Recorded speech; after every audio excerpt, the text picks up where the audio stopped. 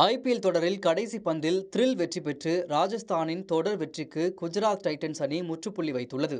ஜெய்ப்பூரில் நடைபெற்ற போட்டியில் டாஸ் வென்று குஜராத் அணி பந்துவீச்சை தேர்வு செய்தது.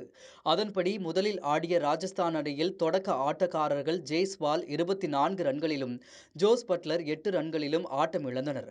பின்னர் ஜோடி சேர்ந்த கேப்டன் சஞ்சு சாம்சனும் ரியான் பரக்கும் அதிரடி ஆட்டத்தை வெளிப்படுத்தினர். இதில் பரக் 76 ரன்களையும் சாம்சன் 68 ரன்களையும் குவித்ததால் அந்த அணி 20 ஓவர்களில் 3 விக்கெட்டுகள் இழப்பிற்கு 196 ரன்களை சேர்த்தது. இதனைத் தொடர்ந்து 197 ரன்கள் எடுத்தால் வெற்றி என்ற இலக்குடன் களமிறங்கிய குஜராத் அணியில் தொடக்க ஆட்டக்காரர் சாய் சுதர்சன் 35 ரன்களில் பெவிலியன் திரும்பினார். பின்னர் வந்த வீரர்கள் சொற்ப ரன்களில் ஆட்டம் இழந்த நிலையில் நிலைத்து ஆடிய மற்றொரு தொடக்க ஆட்டக்காரர் சுப்மன் கில் 72 ரன்களை விளாசினார். கடைசி நேரத்தில் ரஷீத் கான் அதிரடி ஆட்டத்தை வெளிப்படுத்தினார்.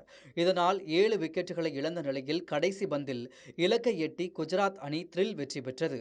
இதுவரை பங்கேற்ற 4 போட்டிகளிலும் வெற்றி பெற்ற ராஜஸ்தான் அணியின் தொடர் வெற்றிக்கு குஜராத் அணி முற்றுப்புள்ளி வைத்தது.